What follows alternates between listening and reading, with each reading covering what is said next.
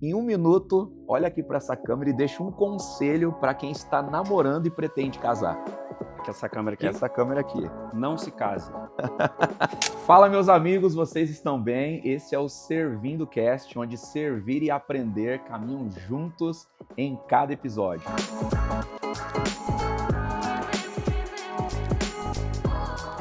Estamos aqui hoje com o pastor Elvis Breves, que é uma autoridade para falar sobre família e tem abençoado tantos casais no Brasil, no exterior, nas redes sociais, igrejas, palestras, empresas e por aí vai, gente. Uma pessoa que tem edificado tantas famílias e eu queria que vocês recebessem aqui com muita alegria o pastor Elvis Breves. Poxa, muito obrigado pela honra, pelo carinho. Uma alegria te receber aqui, meu amigo. A alegria é minha. Se apresenta aí pro pessoal, fala um pouquinho sobre sua esposa, família. Então, eu me chamo Elvis Breves, a minha esposa Camille Breves, uma mulher que tem me aturado, Jesus tem sido com ela. Minha filha Sofia, de 13 anos, e como o pastor disse, tenho abençoado a vida de famílias, de casamentos pelo Brasil, e tenho certeza que vai ser bênção demais essa conversa que a gente vai ter. Se eu fosse você, eu assistir até o final, porque vai ser edificante, pode ter certeza. Isso aí, meus amigos. Pastor Elvis hoje é uma autoridade. Quando você fala de casais, você pode pesquisar nas redes sociais, você pode perguntar para um amigo. Um dos primeiros nomes que vai surgir é o pastor Elvis Cláudio Breves. Duarte. Cláudio Duarte já está no segundo tópico da lista. O próprio pastor Cláudio Duarte já indica o pastor Elvis Breves, então você já sabe que o nível é altíssimo. Meu amigo, Sim. como que surgiu esse ministério? Falar para famílias, como que surgiu? Quando você percebeu que Deus estava te guiando para esse ministério, para abençoar casais? Como que surgiu isso? Explica aí pra gente. Eu tinha um seminário chamado DNA do namoro cristão. Então eu falava para solteiros, né? Só que eu falava muito sobre casamento no seminário de namoro, porque eu dizia que Deus não inventou o namoro, Deus inventou o casamento. E a Bíblia fala assim: quando você encontra uma esposa, você encontra algo excelente. Então eu dizia o seguinte: vocês estão errando porque vocês, enquanto Deus quer que você encontre uma esposa, você está procurando uma namorada ou um namorado, né? Então eu falava muito sobre casamento e assim, eu nem percebia isso. Né? Eu falava, isso aqui é um treinamento para um casamento, não é um treinamento para um namoro, né? E aí os pastores, você podia vir aqui um dia falar para os casais aqui? Eu falava, não era nem pretensão, falar, não, vem sim. Eu falo, o que eu vou falar?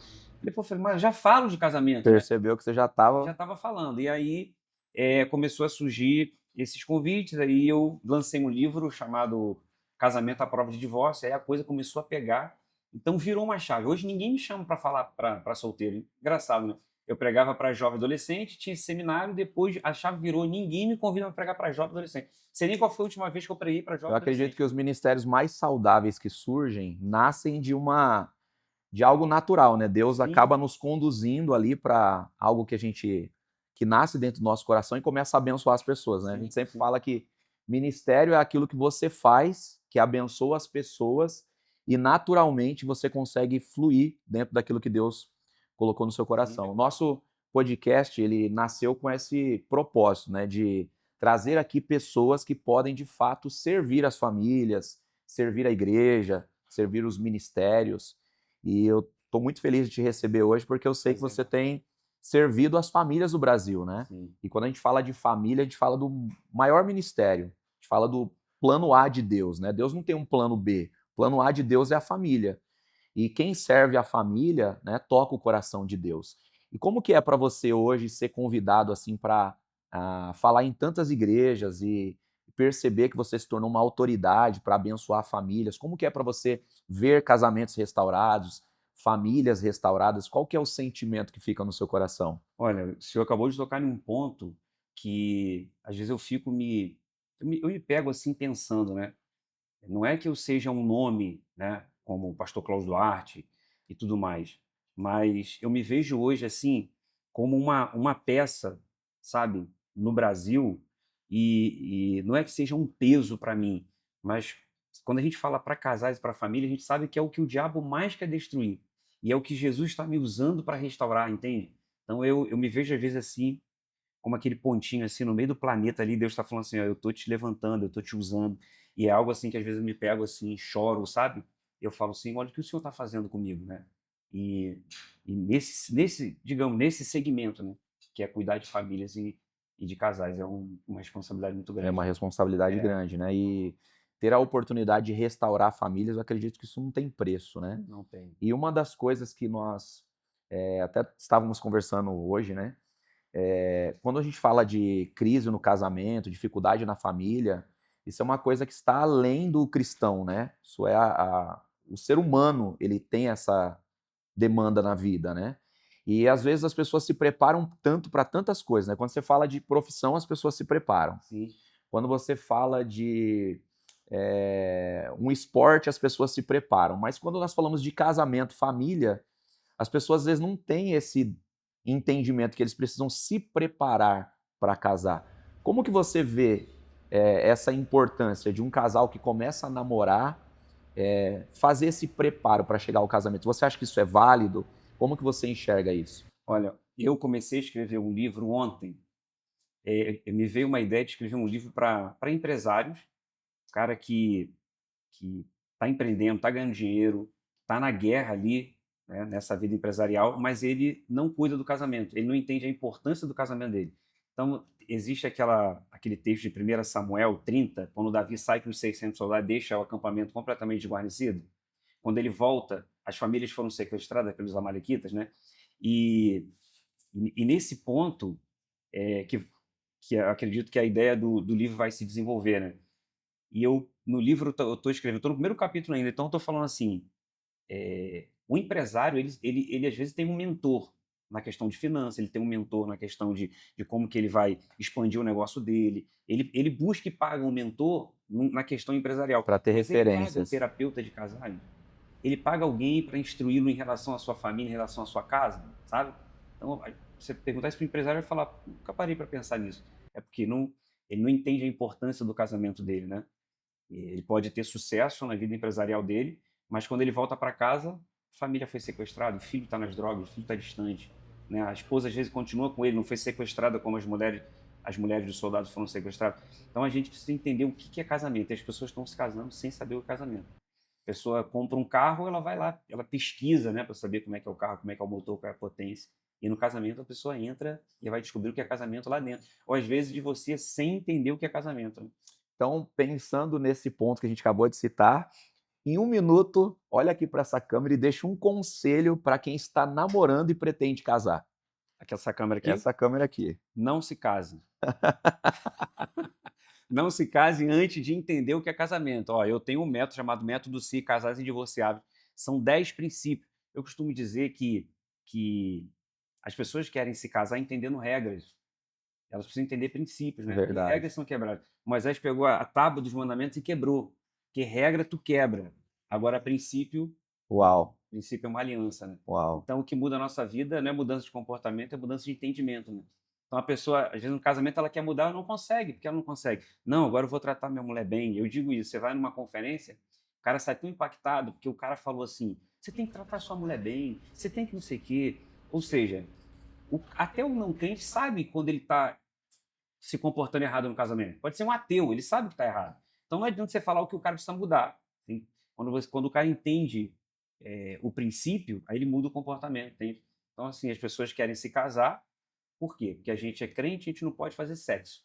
Então, ela quer se casar para poder fazer sexo sem peso na consciência. Aí, depois que ela casa, ela descobre que é o que ela mesmo vai fazer. Né? E aí ela tem outro problema, né? E é interessante que informação não muda a vida de ninguém, né? E nós que servimos a Deus sabemos bem disso. As pessoas terem o conhecimento é importante, mas a aplicação do conhecimento é o que muda a nossa vida. Sim. Então é tão importante as pessoas entenderem o princípio que ela precisa cumprir no casamento. Porque todo mundo sabe que precisa tratar bem a esposa, todo mundo sabe que não pode trair, todo mundo sabe que precisa ter tempo de qualidade, mas como que nós construímos essa realidade no casamento? Então é justamente o que você acabou de falar, que é a questão de trazer o princípio para a família cumprir, e esse princípio vai proteger o casamento, não é verdade? A pessoa ela se casa pensando em ser feliz. Então ela confunde felicidade com alegria. Então, no casamento, quando Jesus transformou água em vinho, o primeiro milagre público dele foi num casamento. E acabou o quê? O vinho. E vinho representa a alegria, né? A felicidade. Aí, quando Jesus foi transformado em vinho, Ele não chamou o mestre-sala, ele não chamou o cerimonialista, ele não chamou um dos discípulos, não chamou Maria, não chamou os noivos, ele chamou os serviçais. Porque no casamento ele só realiza milagre através daqueles que sabem servir. Então, acho que o ponto principal do casamento é: eu estou me casando para ser feliz ou eu estou me casando para servir? É igual quando a gente aceita Jesus. A gente aceita Jesus para A quê? felicidade está em servir o outro. Sim. A gente aceita Jesus para ser feliz? A gente aceita Jesus e a gente vai entender qual é o propósito dele para a nossa vida. Por exemplo, Paulo. Se Paulo tivesse servido Jesus para ser feliz, coitado de Paulo. Verdade. Então, Paulo disse assim, porque essa leve e momentânea tribulação é para produzir em nós um eterno peso de glória. O que ele está dizendo que é leve e momentâneo? 5 vezes recebeu uma quarentena menos 1, 3 vezes foi açoitado com vara, o cara foi apedrejado a ponto de acharem que ele estava morto. Paulo foi abandonado pelos amigos, estava preso, e aí sabia que ia morrer na prisão, escreveu: alegrai-vos sempre. Outra vez vos digo, alegrai-vos. Porque a alegria ali, no original, é gozo.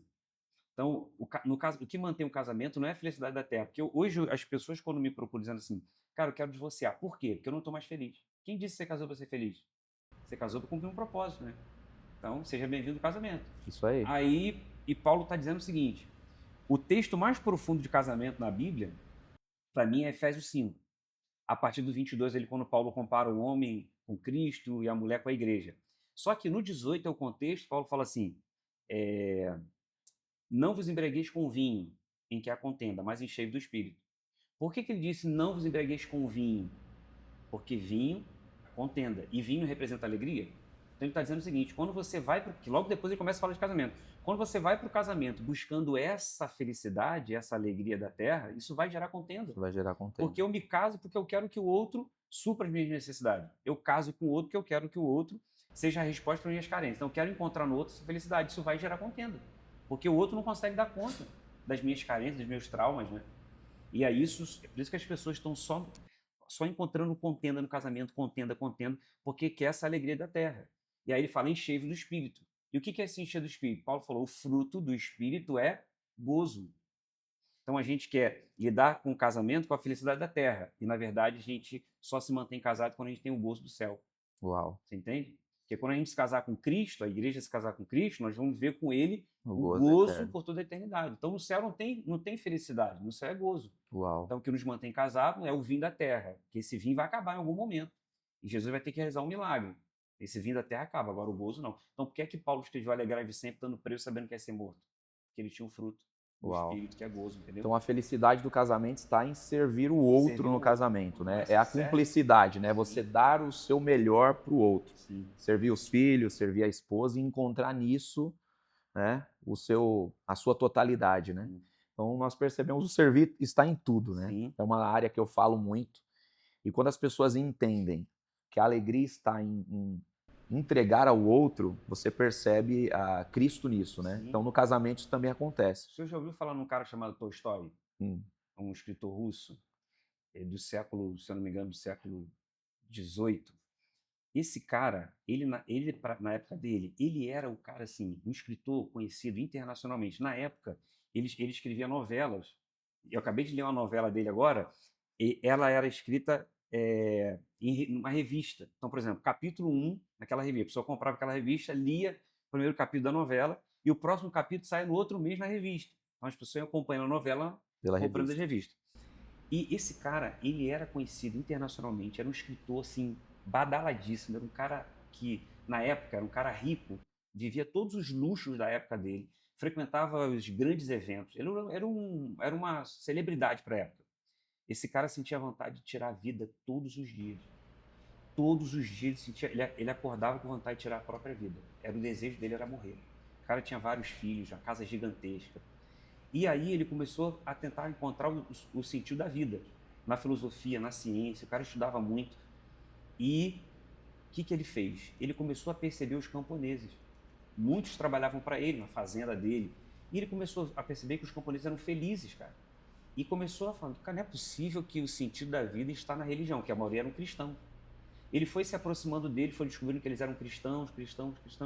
Falou, cara, eu vou ler a Bíblia então, porque não é possível. Foi ler os evangelhos. E ele descobriu o que nenhum outro filósofo tinha falado antes de Jesus. O quê? servir o outro. Então ele descobriu que o sentido da vida estava em servir o outro. O cara perdeu o desejo de tirar a vida. O cara começou a se afastar do luxo, porque também ele foi para o extremo. Se para ser feliz tem que ser cristão, seguir a palavra e ser pobre como os camponeses, vou ser pobre. Aí começou a confusão com a mulher, que eles viviam no luxo, a mulher não aceitava. Ele parou de vestir as roupas que ele vestia, não ia mais nos grandes eventos, começou a andar com os camponeses e descobriu o sentido da vida, está em servir o outro. Uau. Que loucura. Uau. E uma pergunta que provavelmente você responde muito, mas eu quero fazer essa pergunta para você. Quais são os erros que você mais percebe os casais cometendo na vida conjugal? Se você pudesse falar para a gente, assim, pelo menos 3 erros que os casais cometem na vida conjugal, quais seriam eles? Eu acho que o primeiro, a gente já falou que é confundir felicidade com alegria, felicidade com gozo, né? Porque na perspectiva do reino não existe felicidade, na perspectiva do reino é gozo.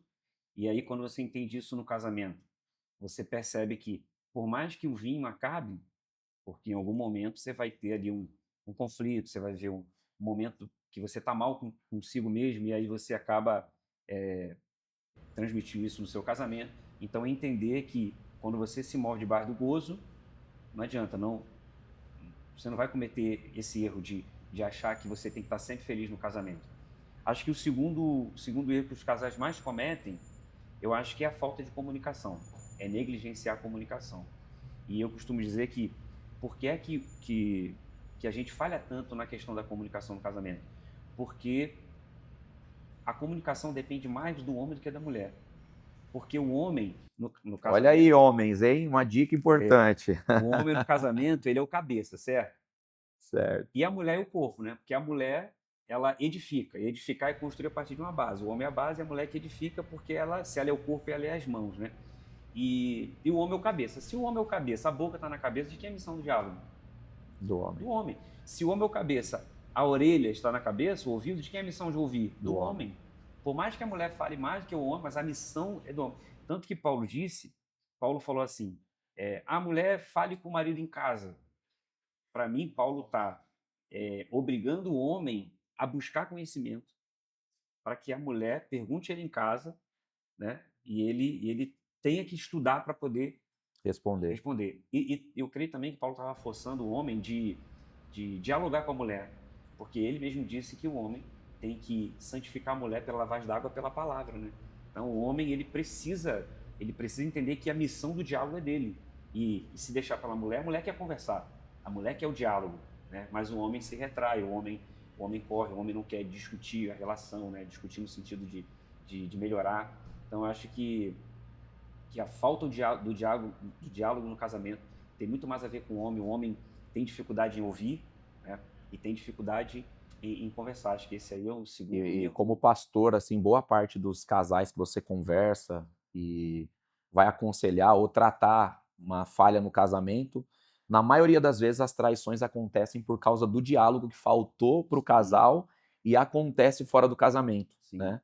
Então esse ponto aí é extremamente importante. E o terceiro, que seria? O Senhor falou, né, que ele viu que o homem estava só, aí ele falou, far-lhe-ei uma Adjuntora, uma companheira. faladeira. Que o homem estava muito em silêncio, né? Por isso que a mulher foi conversar com a serpente, acho que Adão não estava dando atenção, né? É um ponto para ser. O Senhor falou algo interessante, porque a serpente era o animal mais esperto que Deus tinha criado no campo. Ou seja, o diabo usou o animal mais esperto para falar com a mulher. Porque a mulher fala com a louça, com a televisão, não vai falar com um bicho que está falando. Né? Então, se o homem não der atenção, o diabo vai usar um esperto para fazer isso no lugar dele. Que é da onde vem a... Eu acho que o terceiro erro, né, que os casais mais cometem, eu acredito que seja confundir o casamento, que as pessoas acham que o casamento é um contrato, né, e não uma aliança. Porque eu digo assim, ó, um casamento indivorciável é aquele que entende que o divórcio não é uma opção. Não é uma opção, não existe palavra divórcio, não existe separação. Se você firmou uma aliança e não um contrato, isso não pode se romper. Então as pessoas estão assim, eu me casei, mas se não der errado, a gente vai lá e encerra esse contrato. Que eu costumo dizer o seguinte...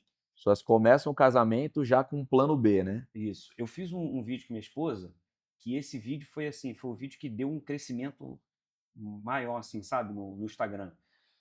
eu tô com a mala aberta e tô jogando as roupas na mala, dizendo que eu vou embora. Aí ela, o que é isso? Eu falei, falei pra você que eu vou embora. Aí ela pega uma roupa dela e joga dentro da mala também. Eu falo, o que é isso aqui? Ela falou, ué, você não tá indo? Eu vou com você, pô.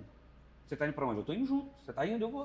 Aí ela fala assim pra mim, existe ex-mãe? Eu falo, não. Existe ex-pai? Existe ex-filha? Também não existe ex-esposa. Uau. Entendeu? E que é aquilo, cara, uma só carne, né?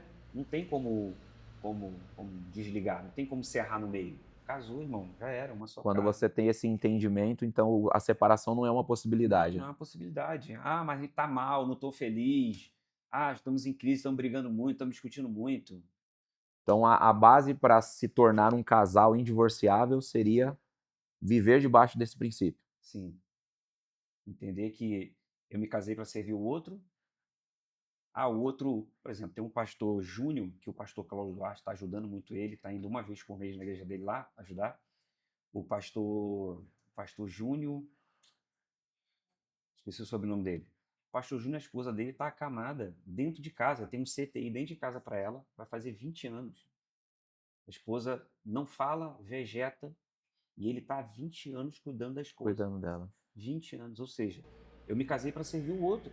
Eu não casei por causa do sexo, porque sexo não é uma necessidade. Ele morreu? Há Não. 20 anos lá, não morreu, porque se você ficar sem comer, você morre, se ficar sem beber, você morre, se ficar sem dormir, você morre, mas ficar sem sexo, você não morre. Você fica maluco, mas não morre. Entendeu? Verdade. Mas a gente casou para servir o outro. E essa questão também tem a ver com a necessidade do indivíduo, né? Sim, Não do casal. O sexo foi feito para a celebração do casal. sim. Mas quando ele se torna uma necessidade individual, ele acaba se tornando algo egoísta, né? Conflito. Gera conflito. Porque casamento foi feito para gerar unidade. A gente se torna um que o ápice da unidade é no ato sexual. Então o casamento foi para gerar comunhão. Por isso que tem que ter sexo no casamento. Porque quando o sexo está fluindo, a gente vive em unidade, a gente vive em comunhão. O sexo foi para isso, não foi para saciar uma necessidade. Entende? E geralmente, né, nas igrejas, né, eu admiro muito o seu ministério porque você já ministrou aqui na nossa igreja e eu já vi você ministrar em outros lugares e você nunca foge desse assunto que é o sexo no casamento, né? E quando a gente fala de igreja, tal, as pessoas às vezes têm uma dificuldade de falar desse assunto. E eu percebo que também esse não é um dos maiores problemas da separação. Eu acho que a falta de sexo no casamento vem mais por um problema que vem antes disso, que é a falta de diálogo, né? O homem não tem esse entendimento que ele precisa preparar, né, o terreno para depois ele colher lá propriamente o sexo. Ele tem que vir trabalhando isso durante o dia para à noite ele poder ter acesso. E a gente percebe que às vezes tudo isso está acontecendo por conta da falta do diálogo, né? Sim. E como que é para você falar sobre esse assunto na igreja? Ainda é um tabu? As igrejas já estão abertas, as pessoas já conseguem receber melhor isso? Graças a Deus a gente vive numa época que a igreja ela está muito mais aberta para outros assuntos, né? A gente olha para a igreja anos atrás, você não falava de finanças na igreja, você não falava de sexo na igreja, você não falava sobre alguns assuntos na igreja. E hoje, como que você vê? É um assunto que tem caminho para ser discutido na igreja hoje? Assim, ó, eu não tenho problema nenhum de falar de sexo, mas às vezes eu tenho que construir, né? Porque nem todo mundo entende, né? Que ainda é um tabu. Então, assim, ó, eu começo dizendo que sexo é espiritual, sexo é um apontamento profético, que assim como eu, minha mulher, Cristo é a igreja. E no ato sexual, o Senhor deixou um prazer ali, que é o maior prazer que Deus deixou na Terra. Não existe um prazer maior do que o ápice ali do sexo, quando você chega ali nos finalmente ali, aqueles 8 segundos ali, 6 segundos do homem, que o homem não vê mais nada, e a mulher também. Então, aquilo ali para mim é uma poeirinha que Deus deixou só para a gente ter uma noção do que a gente vai viver com Cristo por toda a eternidade. Você entende? Então, é só para a gente mensurar Porque Jesus não vai se casar com a igreja, ele vai se casar com a igreja para quê? Para viver o ápice da intimidade. Quando Jesus fala assim, apartai-vos de mim porque eu não vos conheço, a palavra conhecer ali é a mesma palavra usada para conhecer, coabitar sexualmente. Abraão conheceu Sara, coabitou sexualmente. É a mesma palavra. Não vos conheço. Jesus está dizendo assim, eu não me casei com vocês. Então, quando a gente se casar com Cristo, a gente vai viver o ápice da intimidade com ele, a gente vai vê-lo como ele é. Você já viu agora um vídeo de um menininho que estava em coma e ele volta e começa a chorar? Ele é lindo, por quê? Ele sentiu O gozo. o gozo, entende? Então a gente só vai sentir isso depois de se casar com Cristo. E a gente vive essa experiência depois que a gente se casa no ápice da intimidade no casamento. Então isso demonstra como que sexo é 100% santo. E as pessoas ficam colocando tabu na questão sexual. Então daí para frente, aí eu começo a falar sobre sexo, né? Aí quem entendeu vai perceber melhor, vai receber de forma mais suave a questão de falar de sexo. Né? Quando você fala sexo, para quem enxerga como um tabu, parece que é um palavrão que você está xingando. Né? É por isso que eu peço para as pessoas falarem, fala sexo, sexo. Para ir se acostumando com a Fala, palavra. você não está fazendo, pelo menos fala. E uma coisa importante também, eu acho que um casamento saudável não se resolve só de forma espiritual. Também tem decisões importantes que a gente precisa ter no casamento. Então, eu gostaria que você falasse um pouquinho sobre isso, né? Às vezes, a gente percebe que as pessoas estão sofrendo no casamento e, às vezes, elas pensam que vão resolver tudo com oração, tudo de forma espiritual. E não é uma verdade isso, né? Você vê, às vezes, casais que vêm para o aconselhamento pastoral e falam assim, pastor, estou com um problema no casamento, mas eu estou orando, e eu tenho certeza que Deus vai entrar, porque eu estou clamando, estou pedindo, mas nós percebemos que, às vezes, falta um pouco de ação, né? Falta um pouco de atitude. Então, as pessoas, às vezes, elas querem resolver o casamento só de forma espiritual e, às vezes, não querem trazer uma ação, assumir uma responsabilidade, né? Querem espiritualizar a coisa. É a mesma coisa de uma vida financeira saudável. Você, para ter uma vida financeira saudável, não basta ser espiritual. Você precisa cumprir princípios, né? Você precisa de boa gestão, você precisa fazer uma boa administração, você precisa ter ações para que isso se transforme em uma realidade. No casamento, nós temos a mesma máxima? Sim, na terapia sistêmica familiar existe uma ferramenta chamada genograma. Então, quando eu atendo um casal, a primeira coisa, eu já faço um genograma que ali ele já sai dali já com a cabeça já explodindo. O genograma você estuda 3 gerações da pessoa. E aí você começa a você faz a pessoa descobrir por que ela é como é. Isso está no seu curso. Tá. É porque quando você conhece o outro, você conhece quem o outro é. Você não conhece o ser do outro. Então a pessoa conheceu outro, a pessoa tinha 25 anos, começou a namorar com a pessoa.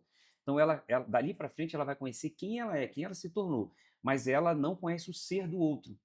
É por isso que quando Adão ele pecou, ele pegou folha de figueira e escondeu o pecado dele, escondeu o corpo. Então é como se o corpo fosse o ser e o rosto que ficou desprotegido é quem ele é. Então o rosto está vulnerável, está aparente e o ser não. Tudo que ele viveu para se tornar quem ele é. Então a gente conhece a pessoa dali para frente. Pô, ele é ignorante. Ele é assim. Ele é mão de vaca. Que ele não faz isso. Que ele não abre a porta do carro. Que ele faz assim. Então você está lidando com o efeito e você não conhece a causa. Uau. Então, quando você lidar com o outro, tratando quem o outro tem um filósofo chamado Emmanuel Levinas, ele é um lituano-francês do século XX. Ele fala sobre a violência do rosto, justamente isso. Você está lidando com quem o outro é. Você não conhece o ser do outro. E quando você lidar com o outro sem conhecer o ser do outro, você está violentando o outro. Então, por exemplo, uma vez eu fui tratar um casal que eles tinham um filho de 23 e uma filha de 19. E ela, a mulher, a mãe, não se sentia parte da família, ela se sentia um peixe fora d'água. E o marido chateado, falava, quando ela fala isso pra mim, cara, dá vontade de sair de casa, sumir, ir pra rua. Porque como é que pode, cara? A gente tem um filho de 23 anos e ela fala que não... Fui fazer um genograma com ela primeiro. Sabe o que a gente descobriu? Que quando ela nasceu, 6 anos antes, os pais dela tinham uma filha. Então a filha completou 6 anos, morreu. 6 anos depois ela nasceu. Quando ela nasceu, o pai dela achou que ela era a reencarnação da irmã. Nossa. Que ele era espírita. Ele queria dar o mesmo nome da irmã, mas a mãe não deixou.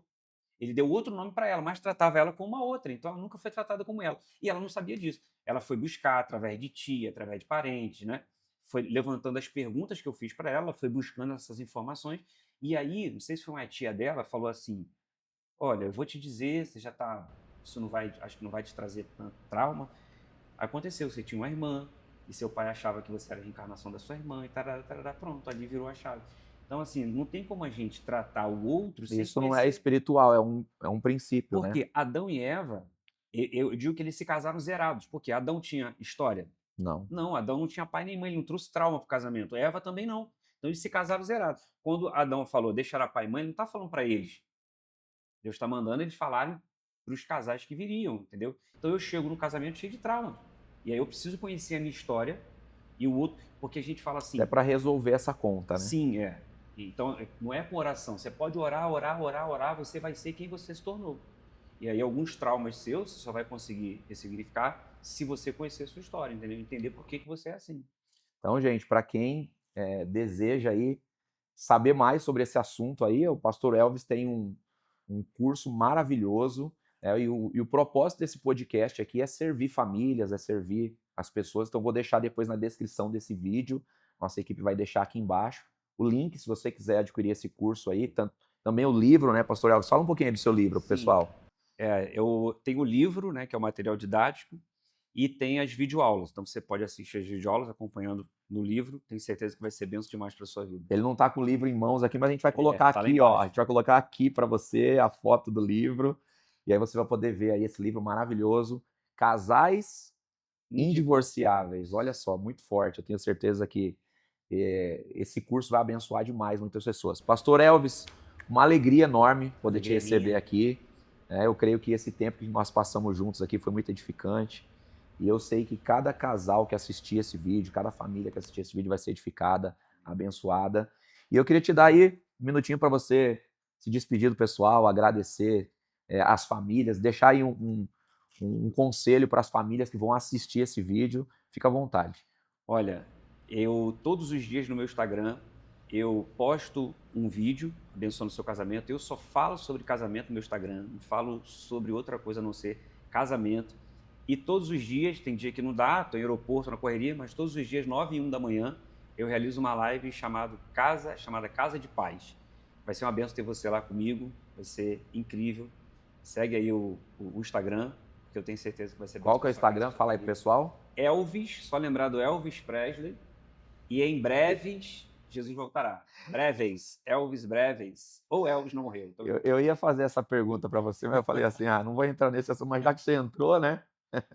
O nome Elvis Breves tem a ver com Elvis Presley? Sua mãe gostava do Elvis? Ou? Não, minha mãe gostava do Luiz Gonzaga.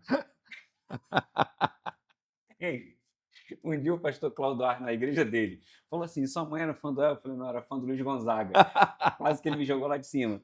Não, minha mãe, eu lembro, era garoto, ela tinha todos os discos de vinil do Elvis Presley, tinha pôster colado na parede, pôster colado na porta do quarto dela, né? Ela era muito fã. Ela queria colocar o meu nome de Elvis Presley, só que o cara do cartório não deixou, graças a Deus. E Breves é o meu sobrenome mesmo, é o sobrenome da família. Deus te deu um livramento. Gente, que Deus te abençoe a sua família. Esse é o Servindo Cast, e aqui nesse podcast nós aprendemos a servir, aprendemos a edificar a nossa família e compartilhamos esse aprendizado com todas as pessoas à nossa volta. Que Deus te abençoe. Já deixa aqui nos comentários quem vocês querem ver sentadinho aqui do meu lado para compartilhar de momentos tão incríveis como esse. Já deixa aqui nos comentários quem vocês gostariam de ver aqui no nosso podcast. Pastor Elvis, Deus te abençoe. Um abraço para você e até o próximo episódio.